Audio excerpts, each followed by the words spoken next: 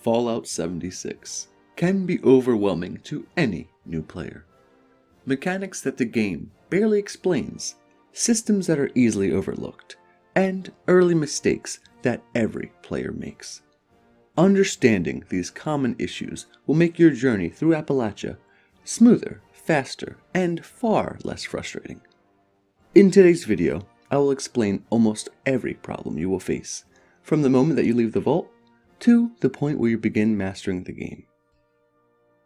The very first thing every vault dweller must understand is that death has consequences. When you die in most open world scenarios, you will drop all of the junk in your inventory.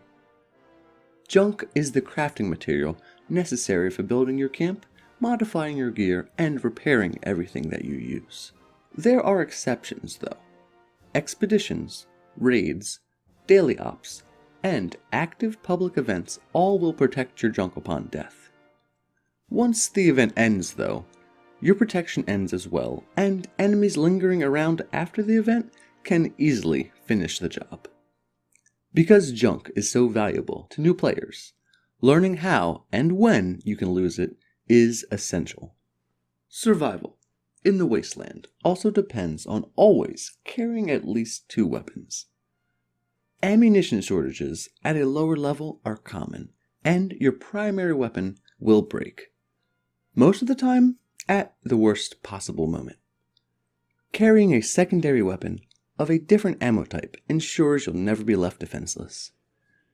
It's even better if that weapon complements your playstyle, such as pairing a slow reloading heavy gun with a quick backup SMG, or combining a sniper rifle with a reliable, fast melee option. While the proper gear does matter, nothing shapes your character more than your build.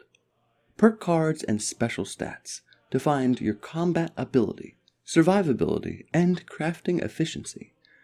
Without a perk card plan, you can spread your build too thin, ending up underpowered. Choosing a general path early, heavy gunner, commando, melee, shotgunner, stealth sniper, tank, helps avoid wasted perks and creates a solid foundation to start with. Your weapons and armor only function properly when your build supports them. If you do pick perks that aren't the greatest, no worries. Leveling up gets easier as you go. Your early gear until level 50 will never be permanent. Weapons and armor scale from level 1 to 50, and anything you use before level 50 is temporary. A level 10 shotgun that feels powerful now becomes useless in comparison later. It's far more efficient to simply replace your gear as you level, instead of repairing old, low-level items. Quest items also scale with your level, so finishing major quests too early may result in weaker versions of these one-time only items. Another thing players find themselves wasting time and junk on is creating weapons too early. Making a weapon that isn't max level will inevitably be a waste, getting easily replaced with a higher level version of the same weapon. Make sure once you do hit the max level with gear, you mod it out properly, as mods can add important improvements like more carry weight, more damage, and overall more survivability. Once you finally have max level gear, durability becomes a concern. Higher level gear is worth repairing, and several perks dramatically reduce cost of repairs. Other perks increase durability. There are even perks in luck for a chance for weapons and armor to fix themselves with Lucky Break and Luck of the Draw. Players who want to avoid spending any junk at all can rely on repair kits earned from events like Dangerous Pastimes or any stage of raids. These activities award enough repair kits for new players to stockpile hundreds without spending a single atom. Looting and weight management are 2 of the biggest frustrations for new players. Area looting allows you to loot all nearby bodies at once, saving time. Sometimes this may not work properly though. By simply looking away from the body and then trying to area loot again will usually fix it. Make sure to scrap almost everything you pick up, because scrapping teaches weapon and armor mods, and even legendary weapons can teach legendary effects. Additionally, scrapping junk turns it into its lighter components. Carry weight becomes a battle you will fight constantly, so learning what to keep, what to scrap, and what to avoid is also essential. Train stations quickly become a new player's best friend. Each train station offers access to your stash, workbenches, and an NPC vendor. Knowing what items are worth selling and what items are not saves countless hours of time and stash management. Plans in your inventory can stack up fast. A quarter of a pound doesn't sound like a lot until you have hundreds in your inventory. Legendary modules cannot be traded and are also very heavy. Legendary mods are heavy as well, and if you're not using them or selling them to other players, they are just taking up much needed space. Junk, however, if you aren't a Fallout First member, should be stored efficiently with only the junk you need in mind for gear repairs or base building and rebuilding. Radiation plays a major role in Fallout 76. Nearly everything you do exposes you to rads. Storms, water, enemies, food, and even wandering into certain zones. Radiation can cause random mutations, which are sometimes powerful buffs paired with minor drawbacks. Players who want to save their current mutations can equip the Starch Genes perk at level 30, which prevents both unwanted mutations and accidental removal. Mutations can also be gained purposely through player-crafted items called serums.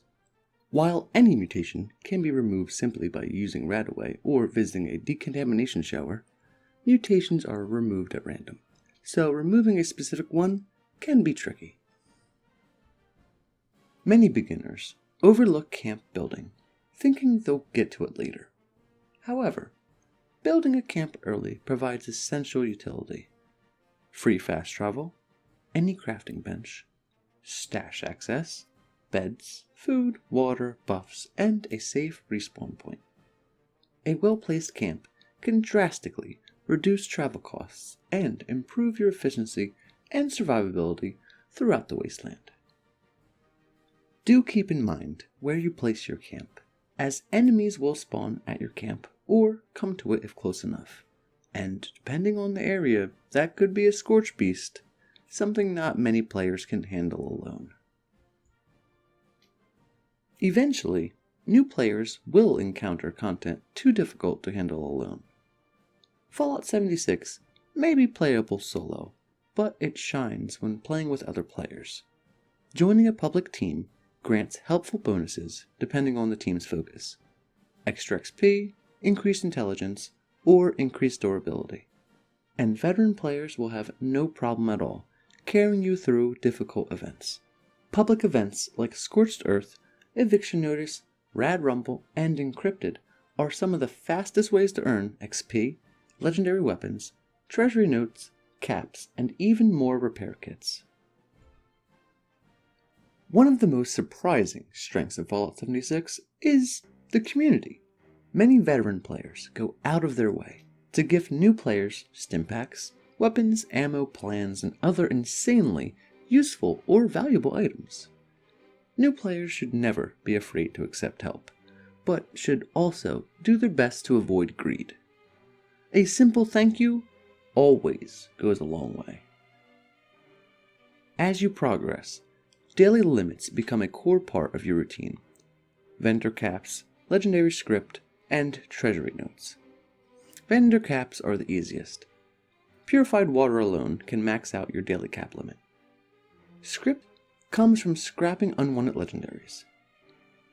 Treasury notes, which convert into gold bullion, come from events and daily ops. Bullion is the slowest system to progress, but it unlocks some of the strongest gear in the game, like the Secret Service armor or the T-65 power armor. Factions, such as the Raiders and Foundation, also play an important role. Building reputation unlocks exclusive faction rewards.